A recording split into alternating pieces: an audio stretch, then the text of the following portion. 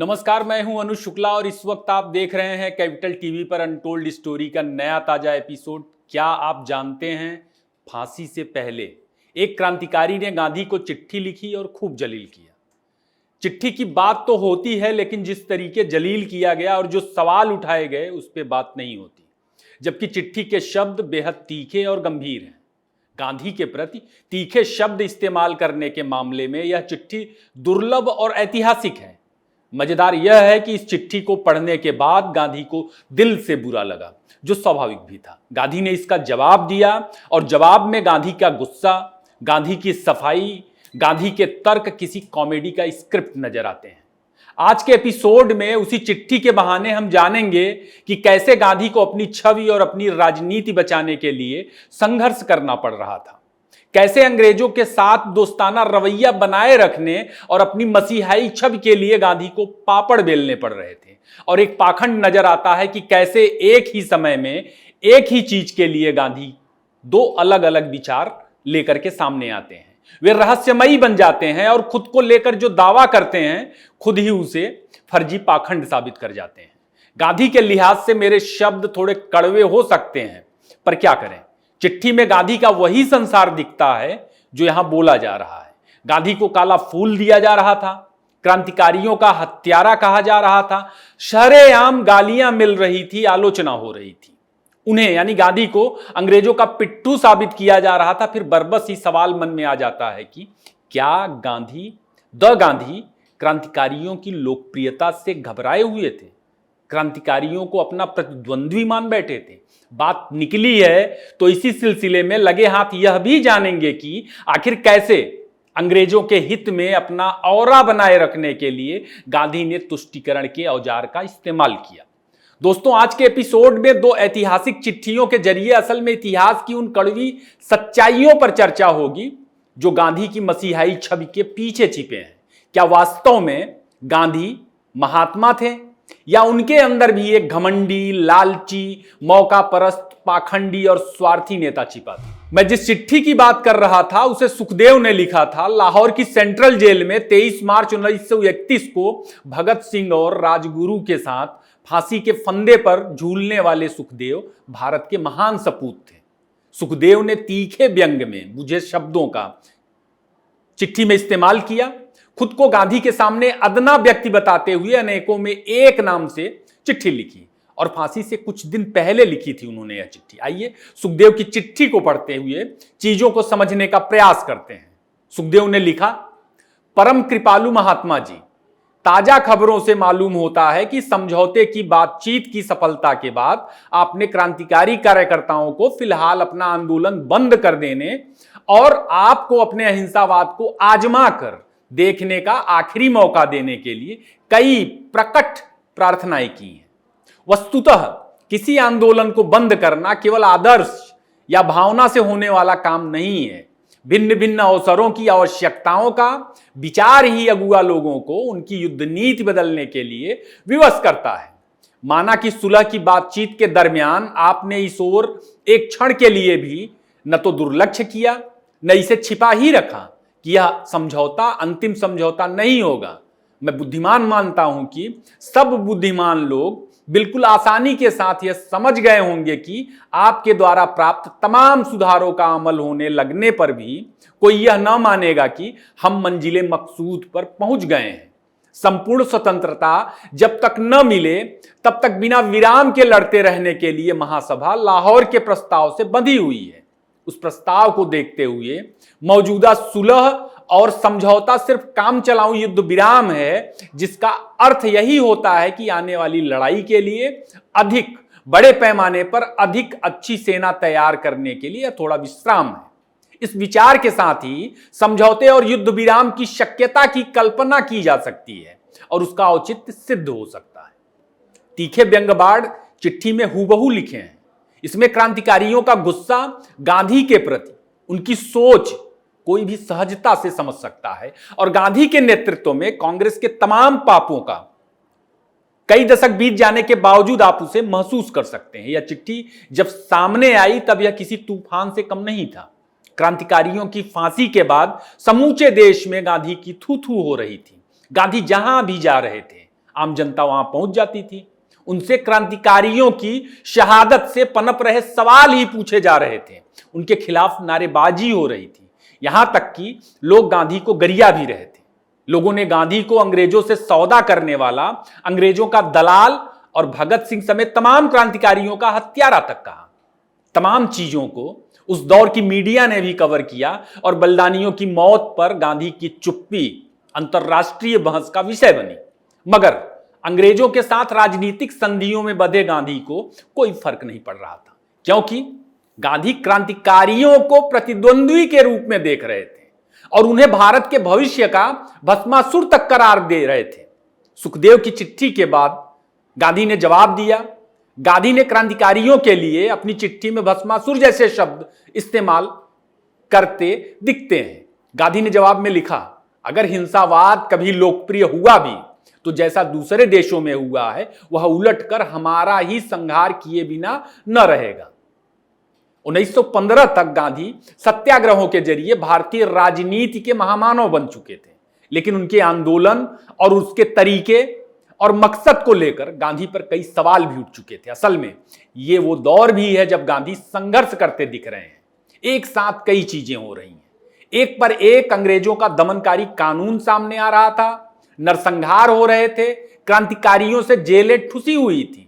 30 अक्टूबर 1928 को Simon commission Lahore में था, जहां इसके विरोध में लाला लाजपत राय एक क्रूरतम लाठीचार्ज की वजह से मर जाते हैं। दूसरी तरफ कांग्रेस समझौते कर रही थी, गांधी जी अंग्रेजों के साथ समझौते कर रहे थे। अंतरराष्ट्रीय मुद्दों पर या तो अंग्रेजों के साथ कांग्रेस खड़ी थी या मुसलमानों के साथ खड़ी दिखती है। इन चीजों की वजह से देश भर में जबरदस्त गुस्सा था। क्रांतिकारी असल में उसी गुस्से की एक जायज प्रतिक्रिया थी। अंग्रेजों के साथ सिर्फ समझौते ही नहीं हो रहे थे, सत्याग्रह की लाठी से अंग्रेजों के साथ सत्ता में भागीदारी की शुरुआत भी हो चुकी थी। गांधी हमेशा अंग्रेजों से बातचीत के पक्ष में रहे।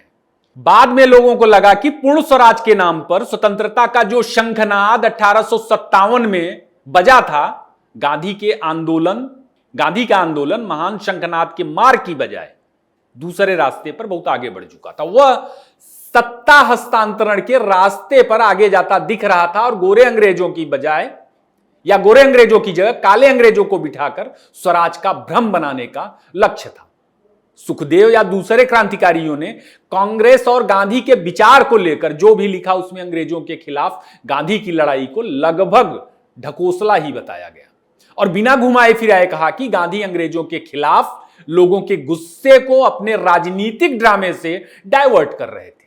उस वक्त गांधी के आंदोलन को लेकर विरोध किस तरह था, इसे सरदार भगत सिंह के तमाम लेखों में भी देखा जा सकता है, वह नजर आता है।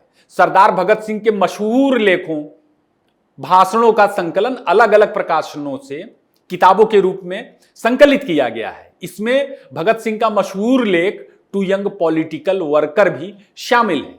इसी लेख में बिना गांधी का नाम लिए भगत सिंह ने स्पष्ट रूप से गांधी और गांधीवादी कार्यकर्ताओं को अंग्रेजों का पिट्ठू बताया। टू यंग पॉलिटिकल वर्कर में भगत सिंह ने लिखा, असहयोग आंदोलन के समय कांग्रेस नेतृत्व ने जनता की क्रांतिकारी भावना के साथ विश्वासघात किया। वे ब्रिटिशों के पिट्ठू की तरह काम कर रहे थे, लोगों के गुस्से की आग को नियंत्रित करने की कोशिश कर रहे थे, बजाय इसके कि उस आग का उपयोग करके साम्राज्यवादी शासन को उखाड़ फेंकते। यह भगत सिंह ने लिखा। कांग्रेस और गांधी की भूमिका कई बार अंग्रेजों को बचाते हुए दिखती है इतिहास में। 1857 में सशस्त्र क्रांति से अंग्रेजों को जो अनुभव हासिल हुए उससे वे बेहद डरे हुए थे। 57 के विद्रोह का दमन करने के बाद अंग्रेजों ने कई नई व्यवस्थाओं के जरिए लूट तंत्र को बरकरार रखने के ठोस प्रयास किए। इसमें कई तरह के कानून बनाना, कांग्रेस का गठन करना, हिंदुओं में जातीय वैमनस्य को बढ़ाना आदि तमाम बातें शामिल रही। बाद में असेंबलियों और परिषदों के जरिए सत्ता में भागीदारी भी सुनिश्चित हुई अंग्रेजों के साथ, जिसके सबसे बड़े लाभार्थी कांग्रेस का गांधीवादी गुट ही बना। लोग सड़क और वायसराय की लॉन में गांधी के दो अलग अलग रूप खुली आंखों देख रहे थे। गांधी का तरीका अंग्रेजों के बहुत काम आ रहा था। कांग्रेस में गर्म दल के नेता हाशिए पर जा चुके थे और रही सही कसर पहले विश्व युद्ध ने पूरी कर दी थी। गांधी की छवि निश्चित ही बहुत बड़े रिस्क में थी। अपनी करिश्माई छवि से गांधी ने कांग्रेस का जो नियंत्रण हासिल किया था, बहुसंख्यकों का भरोसा जो हासिल किया था, वह खोते दिखते हैं इतिहास के एक दौर में। उस दौर की कुछ और चीजों ने गांधी की दोहरी भूमिका पर सवाल खड़े किए। 1906 में मुस्लिम लीग की स्थापना के साथ मुसलमानों के इरादे बहुत पहले ही साफ हो चुके थे। मुस्लिमों के लिए आजादी का मतलब मुस्लिम शासन था और इसके लिए वे किसी भी कीमत पर जा सकते थे और एक अलग राष्ट्र चाहते थे। 1914 से 1918 तक चले पहले विश्व युद्ध के बाद विदेशी मुस्लिमों ने खिलाफत का आंदोलन भारत में शुरू किया। यह आंदोलन भारत का आंदोलन नहीं था, बल्कि अंग्रेजों ने तुर्की से जो खलीफा का विशेषाधिकार छीन लिया था, उसे रिस्टोर करने के लिए था। गांधी ने खिलाफत के रूप में एक विशुद्ध मजहबी आंदोलन को न सिर्फ अपना समर्थन दिया, बल्कि सड़क पर भी उतरे। खिलाफत के आंदोलन का व्यापक असर 1919 से 1922 तक देखने को मिलता है। इस आंदोलन में देश भर के मस्जिदों, मदरसों से अभियान चलाए गए, जैसे चलता है। इस आंदोलन ने मुसलमानों को एकजुट कर दिया और इसके बाद दंगों का एक लंबा सिलसिला दिखता है। उन्होंने पाकिस्तान ले लिया। नारा आपने सुना होगा, हंस के लिया था पाकिस्तान, लड़के लेंगे हिंदुस्तान। मतलब पाकिस्तान के लिए उन्हें विशेष श्रम नहीं करना पड़ा था जो उन्हें 47 में मिला। मुसलमानों ने पहले विश्व युद्ध में भारत की भूमिका को एक अवसर के रूप में लिया, क्योंकि सेना में मुस्लिम सैनिकों की संख्या बहुत ज्यादा थी। और इस बात को लेकर भीमराव अंबेडकर ने अपनी कम चर्चित पुस्तक पाकिस्तान या भारत का विभाजन में सेना में धार्मिक असंतुलन को लेकर के बहुत गंभीर सवाल उठाए थे। गांधी ने खिलाफत को अपनी खो रही राजनीतिक जमीन बचाने के लिए हथियार की तरह इस्तेमाल किया। खैर, मजेदार बात यह भी है दोस्तों कि जो गांधी अहिंसा की माला फेरते रहते थे, क्रांतिकारियों को पता नहीं क्या क्या कहते रहते थे, उन्होंने ही पहले विश्व युद्ध में अंग्रेजों का समर्थन किया था। विश्व युद्ध के लिए गांधी चाहते थे कि भारतीय साहसी बने और इसके बदले अंग्रेज भारत को आजाद कर देंगे। वही गांधी खिलाफत आंदोलन में अंग्रेजों के विरुद्ध खड़े हुए। यह तो गांधी का दोहरा रवैया ही कहा जाएगा। असल में गांधी को लगा था कि इससे मुसलमानों का समर्थन मिलेगा, कांग्रेस पर उनका नियंत्रण बना रहेगा। सुखदेव ने जब चिट्ठी लिखी थी गांधी जी को, उससे पहले कांग्रेस दूसरे गोलमेज सम्मेलन में हिस्सा लिया था। कांग्रेस ने गांधी और वायसराय इरविन के बीच समझौता हुआ और समझौते की एक बड़ी शर्त यह भी थी कि जेलों में बंद सभी अहिंसक कैदियों को छोड़ दिया जाएगा। आंदोलनों को बंद करने और उनकी प्रकृति भी एक बड़ा मुद्दा था उस बातचीत में। लेकिन तब जेल में सड़ रहे वीर सावरकर, फांसी के फंदे को चूमने का इंतजार कर रहे भगत सिंह, सुखदेव और राजगुरु के मसले पर गांधी और इरविन की राय लगभग एक जैसी थी। बावजूद कि तब मदन मोहन मालवीय जैसे नेताओं ने क्रांतिकारियों को फांसी देने की बजाय सजा को आजीवन कारावास में बदलने का अनुरोध वायसराय से किया, लेकिन गांधी ने इरविन से क्रांतिकारियों के संबंध में कोई ठोस सकारात्मक प्रयास नहीं किए। अब सवाल है कि गांधी क्या सब कुछ अपनी छवि, राजनीतिक महत्वाकांक्षा के लिए कर रहे थे या अंग्रेज जो चाहते थे उसके लिए कर रहे थे? सवाल यह भी उठता है कि क्या गांधी क्रांतिकारियों की लोकप्रियता से घबरा रहे थे या अंग्रेजों को जो चुनौती मिल रही थी क्रांतिकारियों की तरफ से उसे कमजोर करने की कोशिश में थे? क्या गांधी क्रांतिकारियों को प्रतिद्वंदी के रूप में देख रहे थे? सुखदेव की चिट्ठी, गांधी का देर से आया जवाब और सफाई में गांधी ने जिस तरह के तर्क दिए, उससे तो यही स्थापित होता है कि अंग्रेजों के साथ गांधी की अपनी महत्वाकांक्षाएं भी थी।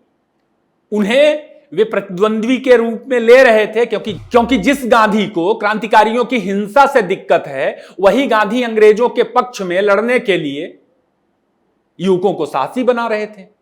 सुखदेव ने भी अपनी चिट्ठी में गांधी के सामने भगत सिंह और राजगुरु की लोकप्रियता की बात कही है। तो क्या मान लिया जाए कि सत्ता के लिए क्रांतिकारियों के जान की कीमत वसूली गई? सुखदेव ने उसी चिट्ठी में जेलों में बंद क्रांतिकारियों की दुर्दशा गिनाते हुए लिखा था, लाहौर षड्यंत्र केस के सजा याफ्ता 3 कैदी जो सौभाग्य से मशहूर हो गए हैं और जिन्होंने जनता की बहुत अधिक सहानुभूति प्राप्त की है, वे कुछ क्रांतिवादी दल का एक बड़ा हिस्सा नहीं है। उनका भविष्य ही उस दल के सामने एकमात्र प्रश्न नहीं है। सच पूछा जाए तो उनकी सजा घटाने की अपेक्षा उनके फांसी पर चढ़ जाने से ही अधिक लाभ होने की आशा है। भगत सिंह को तय समय से पहले फांसी दी गई थी। भगत सिंह की फांसी का मसला उस वक्त कितना बड़ा था, इसे ऐसे समझे कि अंग्रेज डर रहे थे। उन्हें लग रहा था कि विद्रोह हो जाएगा। भगत सिंह समेत तीनों क्रांतिकारियों को समय से पहले फांसी दी गई ताकि लोग भांप ना पाएं। जेल में ही अंतिम संस्कार करने की भी तैयारी थी, मगर अंग्रेज सरकार को डर था कि जेल में धुआं देखकर, जेल से धुआं निकलता देखकर बाहर लोग समझ जाएंगे और विद्रोह हो जाएगा। क्रांतिकारियों का अंतिम संस्कार रात के अंधेरे में जल्दबाजी में किया गया। उनकी अधजली लाशों को सतलुज में फेंक दिया गया। बाद में ग्रामीणों ने उसे निकालकर विधि से अंतिम संस्कार किए। जिस वक्त यह सब हो रहा था, गांधी कराची के दौरे पर थे। कराची पहुंचने पर लोगों ने काला फूल देकर उनका स्वागत किया। वे जहां रुके थे, लोगों ने वहां भी नारेबाजी की और गांधी को क्रांतिकारियों का हत्यारा कहा गया। न्यूयॉर्क के अखबार डेली वर्कर ने भी क्रांतिकारियों की हत्या के लिए अंग्रेजी राज को जमकर कोसा, लेकिन गांधी चुप रहे। उस वक्त सावरकर जेल की सजा काट रहे थे। क्रांतिकारियों को फांसी दिए जाने के बाद रत्नागिरी में सावरकर के घर पर काला झंडा लहराया गया था, जबकि हमेशा सावरकर के घर पर भगवा झंडा लहराया जाता था। सावरकर का दुख उनकी एक कविता में भी सामने आया। सावरकर ने लिखा, हा भगत सिंह हाय हा, चढ़ गया फांसी पर तू वीर हमारे लिए, हाय हा राजगुरु तू, हाय हा वीर कुमार राष्ट्र समर में हुआ शहीद, हाय हा जय जय जय हा। सुखदेव के पत्र पर गांधी का जवाब मसीहाई की पराकाष्ठा है। गांधी ने जवाब में लिखा, अनेकों में से एक का लिखा हुआ पत्र स्वर्गीय सुखदेव का पत्र है। श्री सुखदेव भगत सिंह के साथी थे। यह पत्र उनकी मृत्यु के बाद मुझे दिया गया था। समयाभाव के कारण मैं इसे जल्द ही प्रकाशित न कर सका। बिना किसी परिवर्तन के ही वह अन्यत्र दिया गया है। लेखक अनेकों में से एक नहीं है। राजनैतिक स्वतंत्रता के लिए फांसी को गले लगाने वाले अनेक नहीं होते। राजनैतिक खून चाहे जितने निंद्य हों, तो भी जिस देश प्रेम और साहस के कारण ऐसे भयानक काम किए जाते हैं, उनकी कद्र किए बिना नहीं रहा जा सकता। और हम आशा रखें कि राजनैतिक खूनियों का संप्रदाय बढ़ नहीं रहा है। यदि भारतवर्ष का प्रयोग सफल हुआ और होना ही चाहिए, तो राजनैतिक खूनियों का पेशा सदा के लिए बंद हो जाएगा। मैं स्वयं तो इसी श्रद्धा से काम कर रहा हूं। लेखक यह कहकर मेरे साथ अन्याय करते हैं कि क्रांतिकारियों से उनका आंदोलन बंद कर देने की भावनापूर्ण प्रार्थनाएं करने के सिवा मैंने और कुछ नहीं किया है। उल्टे मेरा दावा तो यह है कि मैंने उनके सामने नग्न सत्य रखा है, जिसका इन स्तंभों में कई बार जिक्र हो चुका है और तो भी फिर उसे दोहराया जा सकता है। जिस वक्त पूरा देश क्रांतिकारियों की सजा पर बात कर रहा है, गांधी के पास उस वक्त दूसरे ज्यादा जरूरी काम थे और उन्हें इसके लिए समय नहीं मिला कि वे जवाब दे सके। असल में यह जनदबाव और मजबूरी में लिखी गई गांधी की सफाई कह सकते हैं।